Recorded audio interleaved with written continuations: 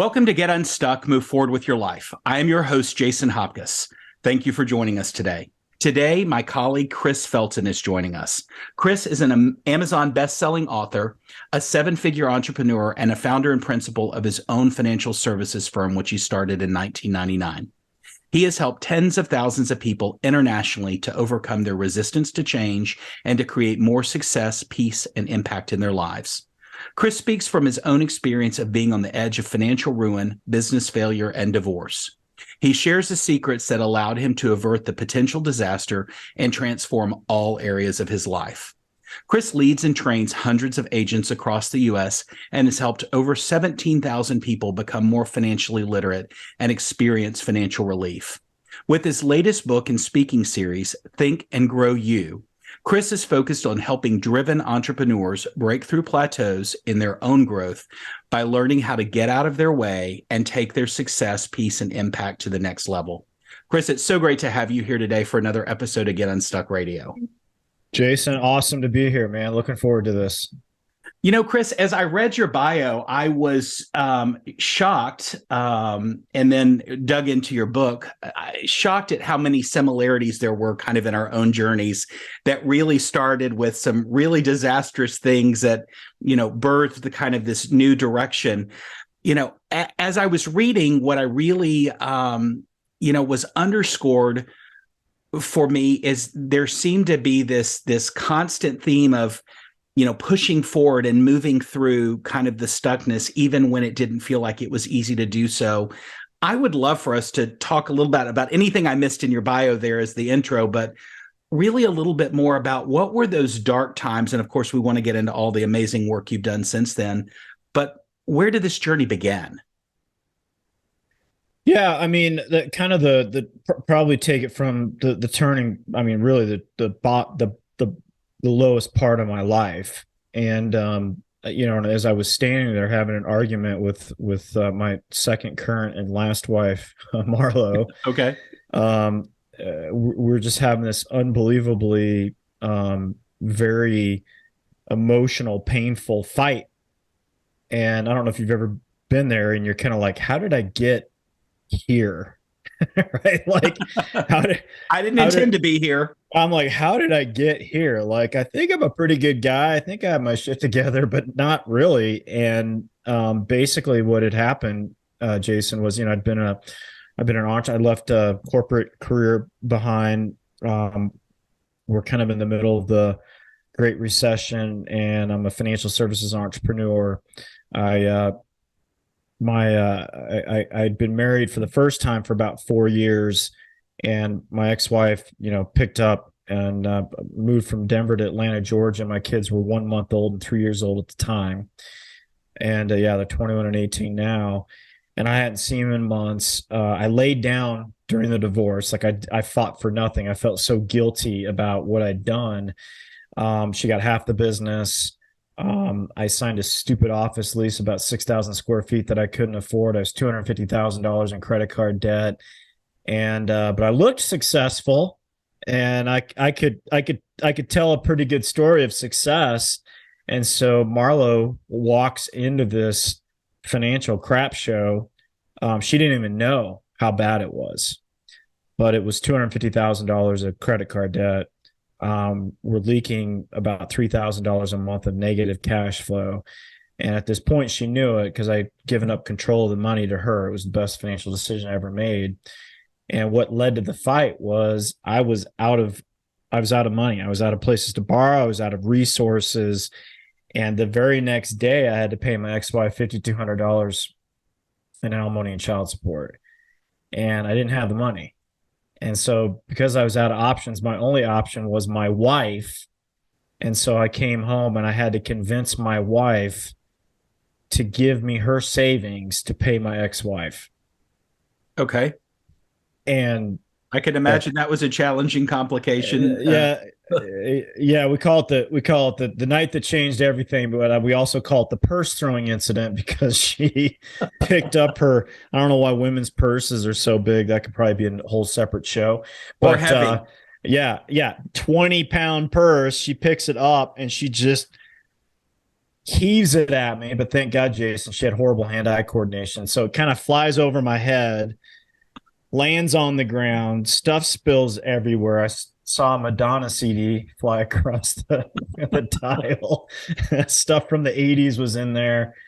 And we really had the fight of our lives. And she just was like, how can you be a CPA and financial advisor and be broke? Like, we're better than this? Like, why are we here? Like, and she came at me pretty hard. Volcanic Marlowe is not fun. And I just said, well, why are we still married?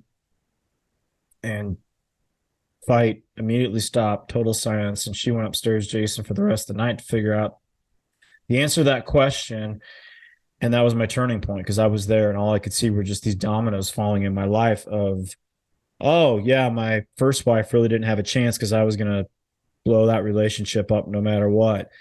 I hadn't seen my kids in months. They're starting to, like, who's dad? Like, where's dad? It's turning into who's dad? The financial stress is physically impacting my wife. I'm drinking a lot every night. I'm a mess. And I just realized, I'm like going, dude, the common theme to all this was me. Right. And I realized that my way wasn't working, and my way was hopium. I called hopium. And I saw that in your book. I liked that. Yeah. Yeah. It's where the masses live, man. And it's, I hope it gets better. I'm hoping the outside world changes, but I'm going to fiercely insist on remaining the same. And I'm just like, and right then and there, I just like, dude, you got to change. And so the next day, Marla and I came together, and to her immense credit, in her time of massive pain, it would have been so easy for her to go, look at all this crap with this dude, and I'm going to exit. Because I was beginning to do that, right? Because that was my relationship pattern, was once we hit some bad times and I started focusing on the negative in that relationship, and I'm like, well, there's got to be some unicorn, utopian, relationship that requires no work, Jason. It's just sunshine, lollipops, and roses. So I would just pick up and go. And I was beginning to do that with her. And she could easily have done that, but she didn't. And she said, there's some things here I don't want to live without. So we came together the next day, and she's like, we're not declaring bankruptcy. We're not getting divorced. We're not getting jobs.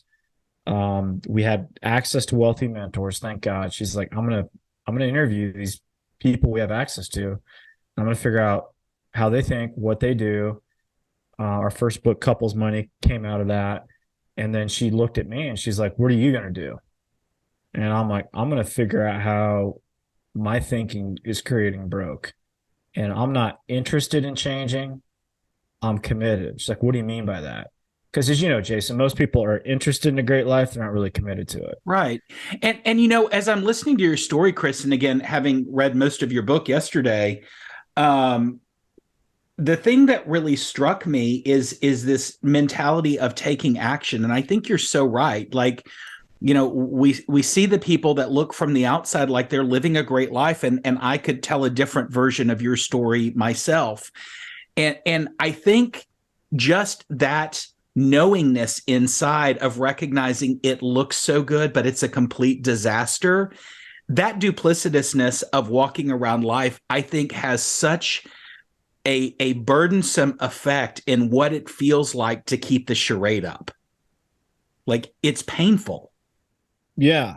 Well, yeah. It's painful to manipulate the outside world while you insist on remaining the same, right? I call that rearranging the furniture on the deck of the Titanic, right? It doesn't really matter what you do to the deck furniture, the boat's going down.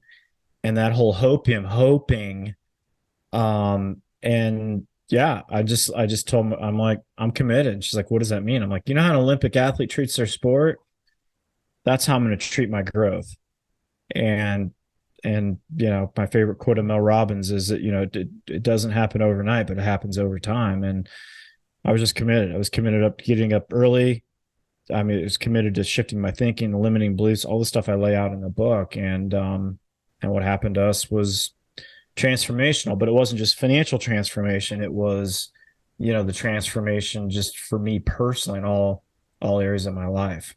Well, there were a couple of things that really stand out in your story. And one, a question that I ponder and have pondered with a lot of people, do you think that somebody has to hit rock bottom to have transformational change? No. I mean, one of my favorite quotes is, you don't have to be sick to get better. Um, but if you're not really clear on why you need to change, um, and a main message in my book is growing is not, it's just not optional, right? Because we talk about stuck, right? I mean, that's why I love your show, and the main problem my book solves is stuck. And the keys to that, the keys to get unstuck is, we have to humble down. And so it's sometimes tough, especially for us guys, right? We don't like to be told we don't have it going on. Right? We don't like to be told we're not producing, we're not delivering, but we got to humble down. We must be willing to change, and growth and change is not optional, right? And one of the points I bring across in the book, it's the first page. It's my favorite quote on comfort. A life spent seeking comfort results in an entirely uncomfortable existence. And there's no definition of comfort in nature. Trees are either growing or dying. They're not comfortable. So humans created this comfortable thing. So growing, if you're not intentional about growing, you're actually in decay. So it's not optional. And you have to do the work, but the last part is the work is going to be worth it. And a lot of people, Jason, struggle with that, because they're like, well, what if I do all this and then it doesn't happen? And I didn't have a lot of assets going for me, but I had that one because in college I made the habit of, I probably asked 100 people that were really successful. I said, was it worth it? And Right. what was amazing about that question was they were never confused by the question, and they never hesitated. And emphatically, they said everything I had to go through and experience to live the life that I currently have was worth every second. You And know, so I it's knew it funny. would be. Yep. I so agree with that. And I think back in my own journey of struggle and recognize, for me, what was different is I very early in life went to the mountaintop and achieved success that many people will never achieve. And am so grateful for those experiences. And then, of course, crashed and burned after the Great Recession. And for me, beginning again, it was a series of kind of peeling the onion, so to speak, getting to know myself better, but to recognize that a lot of my next stage of growth really was built upon knowing I was miserable in that life. And what I finally was able to reconcile was, it wasn't the life as much that I was miserable about. It was all of the effort and energy I'd put into making that life look the way that it looked, to do things I didn't necessarily want to get up and do every day to make it sustainable, that was miserable. And the understanding of that was really transformational to me, to recognize that living a successful life, and I'm going to put that in quotes there, really is not just about money. It's about doing things for yourselves and others that fill your cup and feed your soul, knowing that what is meant for you will not pass you by. The money will come, the experiences will come, but it starts with this sense of self that is built upon getting up and doing something you love every day, whatever it is. Yeah. Well, yeah, it's live in purpose, and I mean everybody talks about that, but it's the only path to true fulfillment is growing you and contribution to other people. Absolutely. The one thing that really strikes me as you're telling the story about your wife, who sounds incredible, by the way, it sounds like in that conversation, she saw you and you were in a place that allowed you to be seen in a way that I'm guessing you had never allowed yourself to be seen before. And she didn't leave. Yeah, I mean, none of it happens without her.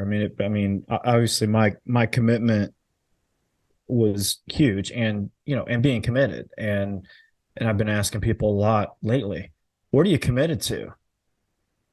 And nobody can really answer that, right? And we committed to each other. We committed to what I call a unifying goal, and most couples don't know what the other one wants. but we committed to a unifying goal, and we moved our chips to the middle of the table, and we were all in it.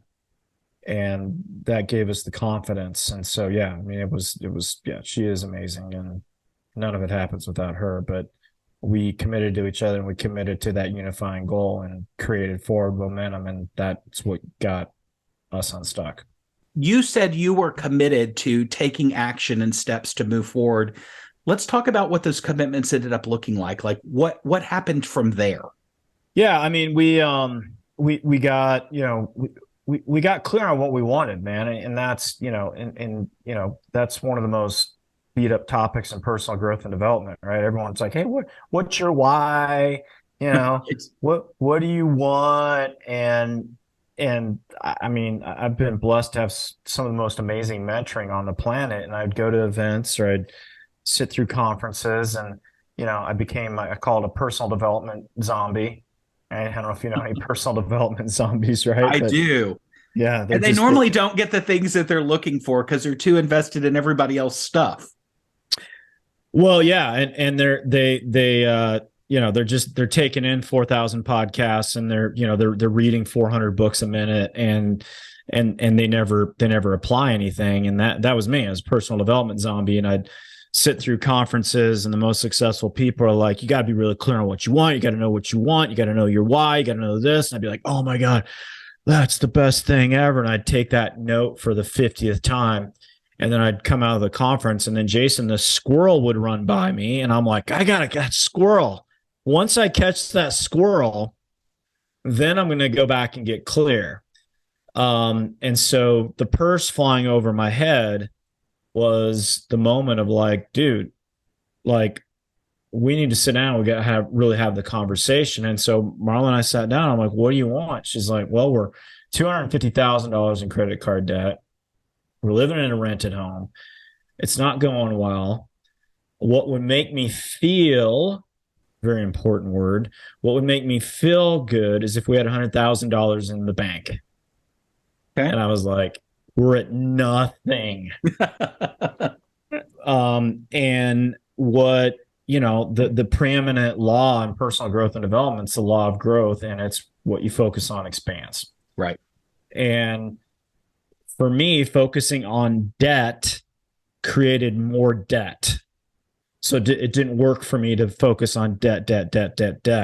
So that was a pivotal moment when, and it was a concept that she got from all these people she interviewed in Couples Money, where it was like, do you want to keep fixing problems and fixing debt, or do you want to create wealth? And for me, that shift was everything. And so we obviously had to handle the debt, but me focusing on a unifying goal, it's the single best goal we've ever set, of having $100,000 saved. But then we sat down and we said, why? And so high performers know why. Everyone else is just, they think it's this lot. They think goal setting is this logical thing. And being a recovered CPA, that's where I always went. Like, what are the steps? What's the how-tos? What's all that? And so, Jason, we spent an hour on why. Why does it matter? She's like, Chris, I'm physically impacted by the financial stress. I don't like it. It scares me. I'm like, okay, so I don't want to fight with my wife ever again around money. I want to see my kids and be a good dad. I want to teach something. There's a reason why this challenge is being handed to me. I think I'm going to be able to bless millions of people with the story. We wanted to feel financial relief. So that was the first thing, right? And then it was like, okay, standing at base camp, looking up at Mount Everest is how I felt. I imagine. Yeah. And so I think one of the things that keeps people stuck is they get clear, and they're at base camp, and they're looking up at Mount Everest, and their 100 million-year-old reptilian brain starts firing, and their fight or flight, and how am I going to do it? And Mike Dooley calls it the cursed who's and the cursed hows, who and how. And he calls them cursed because they're cursed. And so for us, it was like, okay, we got to get the first $10,000 saved. And so we were able to look at base camp 1, And then it was, okay, we knew what we wanted and we knew why. So we had emotional buy-in. And then what I did was every morning I would play a movie in my mind of that first $10,000 getting saved and actually feel it. But I knew if we get that first $10,000 saved, the snowball is pushed down the mountain, and I would feel it. And I play a movie, Jason, of, it wasn't Fantasy Island. It wasn't, driving a Lamborghini. It was just my wife coming down in our rented home in her ski outfit on a Wednesday, kissing me on the cheek and skiing for the day because she felt enough security that she could at least take the day off. And when I would wake up from that image, 3 to 5 minutes, I would just be in tears, dude. Because I'm like, we have forward movement.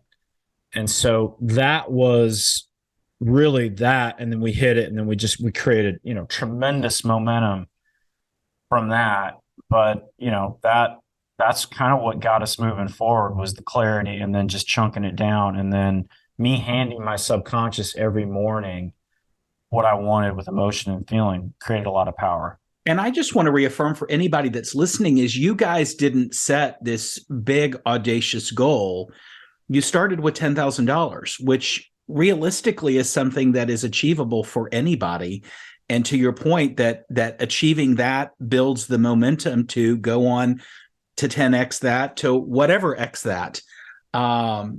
If somebody's listening and they find themselves in this, this financial conundrum that really, just keeps them stuck, and we don't think that they necessarily have to hit rock bottom to make a change, what do you think is an inspiration point that inspires somebody to take a next step? Well, I mean, I think the confidence of actually sitting down and doing the hardest work on the planet, which is actually thinking. And a lot of stuff in my book, it's about taking a time out, sitting down, pad of paper, not your computer, a pen, because when you write, what flows through you sticks through you. What flows through you sticks to you. But really the first step is, what do I really, really, really, really want? Like, let's not keep going, I don't know. Right? That's the first step. And so whatever it is, it's the clarity of aim. And so you're like, I'm financially a mess. And, Joe Dispenza calls it a negative feedback loop. And it's just, you're constantly just looking at your environment, not liking it, right? What creates stuck is resistance. And resistance is what is happening should not be happening. And so what I was doing was, I shouldn't be in this debt. I shouldn't be here. I should be further along. I should this, and this. And which is kind of, I mean, that's the ego speaking, really. Oh yeah. Well, yeah. And it's just, and so your outside world dictates your thinking, which creates your feelings, which creates more action from that. And so that's why he calls it the negative feedback loop, is you're constantly stuck in that. And you got to get to a place, for us, which was, and I was beating myself up over it. I had all this debt and I screwed this up and I did this and I did that. And then finally I was like, enough. Right. And we got this powerful place, Jason, called acceptance. It's powerful. And I didn't understand it for a long time, but my coach is like, you don't need to love it, man, but you got to stop hating it. Well, it's a final stage of the grieving process, quite frankly. Yeah. Yeah. And it was just like, and so, because Marlo tried to have these I called them come to Marlo meetings, where they're like, okay, we got all this debt. It sucks. We got this going on. The revenue is not where it needs to be. And I was just beating myself up, and we were arguing and fighting and resisting the reality of, and the analogy I give in the book is, it's like the reality of a flat tire. Like, we get a flat tire and then we're like, well, God, why did that happen to me? And who didn't fix the pothole? And, and the flat tire's sitting there. It's like, we don't really flat's like, and so it's like, what is the mental gymnastics I have to put myself through to get to the place where it's like, I got a flat tire. And then my coach is like, the only two relevant questions are, what do I want? What's next? And so I knew it shifted, Jason, when we had to come to Marlo, weekly financial meeting that I dreaded. And we sat there and she said, okay, this is the debt. This is what's going on. And I just said, it is what it is. The tire's flat. And I forgive myself completely. Right. And then it was all about, what do we want? $100,000 saved. We got to get that first $10,000. Okay. What's the next step? And a lot of stuff in my book is like, what do I want? What's next? What do I want? What's next? What do I want? What's next? And then I turned to her, and I always get goosebumps when I say it, but I just turned to her and I'm like, we will never be back here again. That's powerful. It was powerful, and it's still powerful to this day. And I knew it in my heart. The decision was done. Well, and you all did it as a team. And I think that's where so many people end up in bad situations in relationships, is one person takes on a role and then they shoulder the responsibility for things going right and perfectly forever. And the fact of the matter is that's not how life works. I spent years beating myself up, how from the experiences I had in the life that I was given, did I literally lose everything? And I went through so much, minutia in my head day in and day out. And the reality is I think there was a point towards the end when things were coming unraveled that I literally just gave up. I can remember going on a trip to California, and I used to have a Black American Express card, and I remember walking into stores saying, I am going to charge all these cards up today and buy things I knew I couldn't pay. I was so defeated by that story. And really, I did end up filing bankruptcy, and it was probably one of the best things I ever did. But it was not credit card debt that was my undoing. It was real estate debt. But I think there was a point in time that I stopped doing what you're talking about, thinking my way through it. It just felt too big, and it felt insurmountable, and it felt like I was never going to get out of that hole. And if I was going down, I was going down. And I see how so many people get stuck in that trap. And literally, Chris, I spent years reflecting on that and thought, if I had done what you're talking about doing with Marlo, if I'd done it with myself and gotten really real with myself about it, I think it was probably figure outable. I just was too exhausted to figure it out. Yeah. I think a lot of people end up in that spot just because they simply don't know, and why books and tools and resources like what you have put together are so valuable. But it really, if you have to boil it down, it's really getting intimate with yourself and the people that are closest to you. Don't you think? Yeah. I mean, I got obsessed with, okay, and I had to buy into the fact that my thinking created this. Right.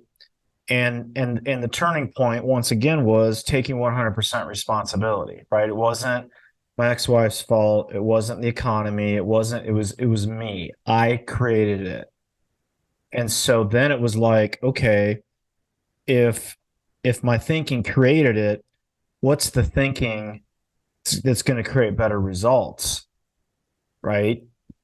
And so, and one of the most, I mean, the chapter that people talk about a lot in the book, probably top 10 at least, is the problem versus a project. And my coach is like, dude, you don't have a money problem, you have a money project. And we view when we view problems, it was like, woe is me and victim, and I can't. It's insurmountable and all that. And he's like, no, you don't have a money problem, you have a money project. We view projects totally differently. And projects, you more often than not, you're gonna bring a totally different spirit and energy to a project, right? It's not a woe is me. Yeah, and you will see it through. And so it was the reframing. And it's going back to the law of growth, right? It's just, and it's and I still have the question today. What am I focused on, and what must that be creating? It's a constant question I ask myself, because if I don't feel good, right? Because most people don't feel good because they're in resistance, and they don't feel good because where are they focusing on? They're focusing on the wrong end of the stick. They're focusing on the problem. And so for me, it's like, okay, I don't feel good. What are you focusing on? And so I really was like, where is my focus? What am I focused on? What must this be creating? And so anytime I'd start looking at eating the elephant, or I'd look at the debt, I'd look at that because my ego wanted me to go there, because your ego wants you to stay right where you are. I would just go, and a big part of my book is shifting. So I'd use a tool, boop, shift, create thinking momentum in the other direction. And I'd remind myself of what we wanted. And so anyway, but the problem versus the project, I mean, that was one of the top 5 things my coach ever told me. Well, I think that's so powerful because, again, I go back to projects, you view them so differently than a problem. And normally, when you set out to start a project, you already know in your mind it will end. And a problem has this kind of insurmountable, not certain end date. Will I ever be out from under this? That just shifting that energy from problem to project really can redefine everything. Yep. Yeah. Well, and it's usually simple, Jason. Everyone's looking for complexity, but it's just simple stuff like that. I share simple stuff in the book of just these simple things that were told me that just totally shifted my energy. And I love that. And that was the practicality that I really took away from what you were offering readers. But, really, to make it even more simple, it all kind of hinges on a willingness to take action. We were talking during the break about the chapter that you have, Too Young to Be Old. I loved that chapter, and I know it's so resonant with people you talk to. Tell us more about that. Yeah, well, I'm 51, and when I turned 50, I don't know, man. Like, it's something I was buying into the society view on aging, and I feel better than ever. I think I'm better than I ever have been. My energy's amazing, but I was like, oh my God, I'm getting old, and I realized that I'm not getting out of this thing alive, and I got an angel in my business that just like, she sends me things at the right time. And it was this study. And it basically was like, the prime of your life is actually 60 to 70. Your second most productive time is 70 to 80. Your third is 50 to 60. Average age of CEOs in the United States companies is 62. Average age of pastors in the top 100 churches is 71. Average age of a pope is 76. So I read that and I had this immediate shift. And then I started sharing with clients and different, people that I work with. And I've never seen something change someone's energy almost immediately. And the story in the book is I was the closeout speaker for an event, about 1,500 advisors. And I was to close out the event the next day. And the night before, they had me come on stage for this panel. And it wasn't really clear about what we were supposed to talk about. And as I was walking up, I'm like, I got to share this study. And probably, Jason, over 75% of the crowd was over 50, probably. Okay. And so I got up and I'm like, all right, who here is over the age of 50? And I hear like 2 people go, woo, right? I mean, it was total silence. And I'm like, dude, they're ashamed of being older. So I read the study off and everyone just goes nuts. And then, so we had a reception afterwards. I mean, I probably had 300-400 people come up to me. Hey, send that to me, email that, text that to me. Like, oh my God, that's unbelievable. Like, it's not over. I'm like, no, man, the best is yet to come. And then, do you know who Sharon Lechter is? Uh-huh. Yeah, so Sharon Lecter's like, amazing. She's easily in her 70s. And so she wasn't there that night. So the next day she spoke and she brings up the same study, the exact same study. Wow. and she didn't know I talked about it. And she said, okay, who in the crowd here is over the age of 50? And like everybody gets up and just goes nuts. I And she's love it. like, I've never had that response before. But no, I've shared it with a lot of people, man. It's a paradigm shifter, and people start realizing that there's much left to do and the best is ahead of them. Well, considering I just entered my last year in my 40s, I will say that there is a shift, that makes I don't feel like time is imminent, but it feels like the time that you have, whatever it is relevant and you should make it count. And I loved reading that because it really validated, being in this season of life. And again, I don't think there's any way to share with somebody that's in a different season of their life that, like, there is wisdom that comes in being in these older seasons of life. There is the ability to not care as much. There is the ability to do things in your timing. And as I was talking to somebody I'd shared this with this morning out of your book, you know the thing she framed for me is you have the ability to do work with people that you choose at this season of life, which is so different and so validating in just the freedom that comes with aging. Yeah. Yeah. No, I think it's, you don't have as much distractions in raising a family. My kids are 21 and 18 now. I mean, they're self-sufficient, great kids. You don't care what others think as much, Right. and you're comfortable in your own skin. You know who you are. Like, yeah, I mean, there's But just a isn't lot it of amazing how you meet people that really have not embraced that concept? And to your point, you were speaking to an audience of people who didn't want to own the fact that they were the age that they were. I mean, I say all the time, I don't mind being my age. I just don't really want to look it. But I, like you, feel better than I felt in the last 15, 20 years. And, I think part of that is the majority of it is due to having the right mood state, the right mind focus and perspective on mindset is the word I'm looking for, in how you show up every day. yeah. It goes back to that law of growth. Like, what am I focused on, and what must this be creating? Right? If I'm focusing on I'm old and this, that, or the other, then you're going to get that. But if you're like if your internal dialogue and your internal story is time to kick ass, and when I turned 50, I was like, what do you want to do? I want to make a big ass impact. That was the choice. And the book actually came from that, and like a series of circumstances lined up that it was like impact was the word, and I had juice to get that project done. So I love that. And Chris, I know that the theme that really resonated with me is, your willingness to show up and serve others. That maybe was not always the case in your history or your career. Like, how has doing this work built into the way that you show up and serve others today? yeah, I mean, I think that the juice is contribution. I mean, that's it. And we were talking about money, and I think financial peace of mind is super important.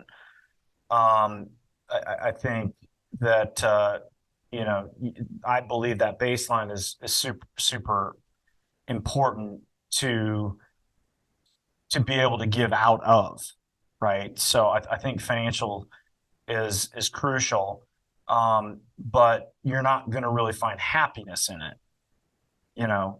I call it looking for love in all the wrong places. I mean, people, they're like, they get to a certain net worth and then they go to the next one, the next one, the next one, the next one, and it's that external thing.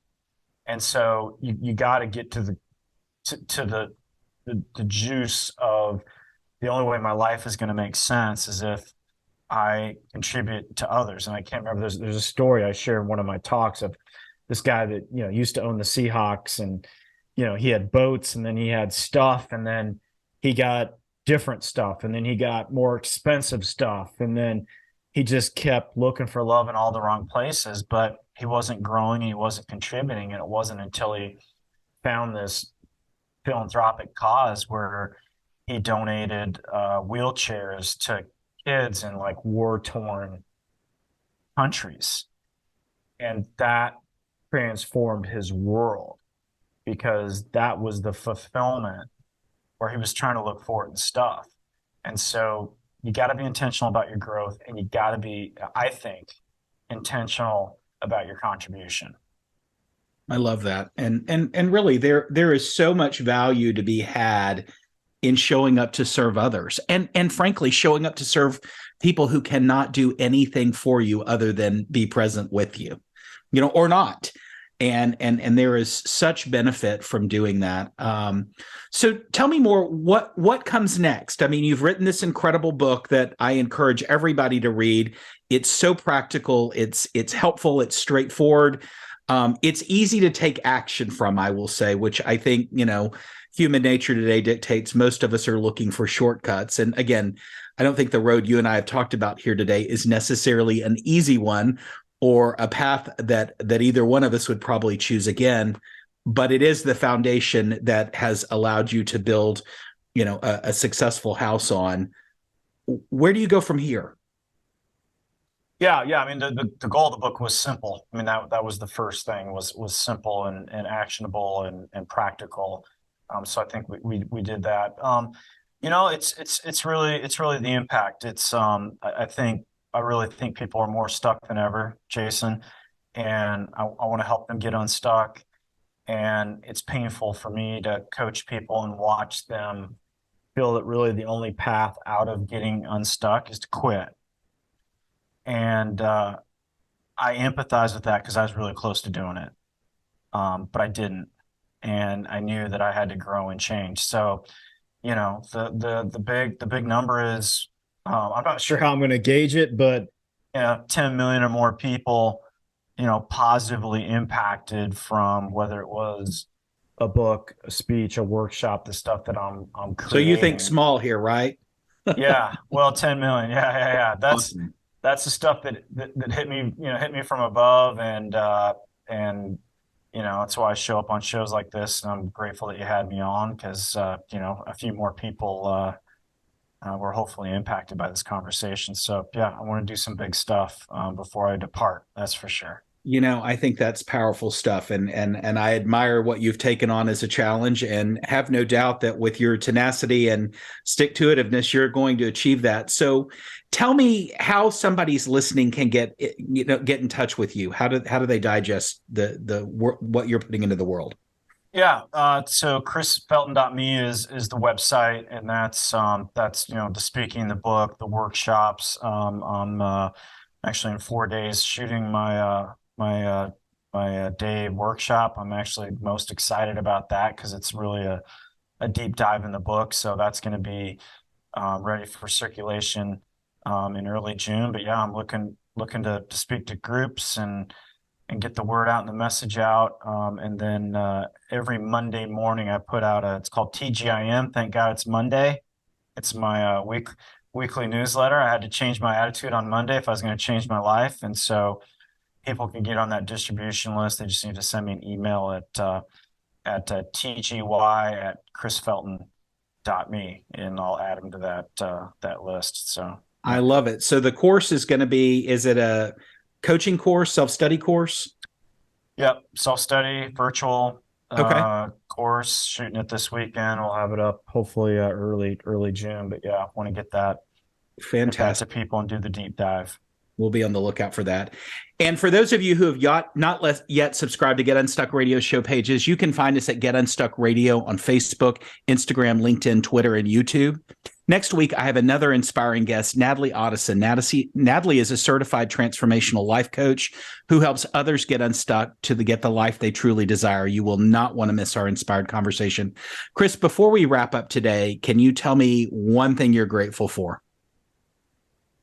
I'm grateful I persisted, man. That's what I'm grateful for. I'm grateful for the fact that I persisted, but I'm most grateful for the people around me that loved and supported and coached me. It's a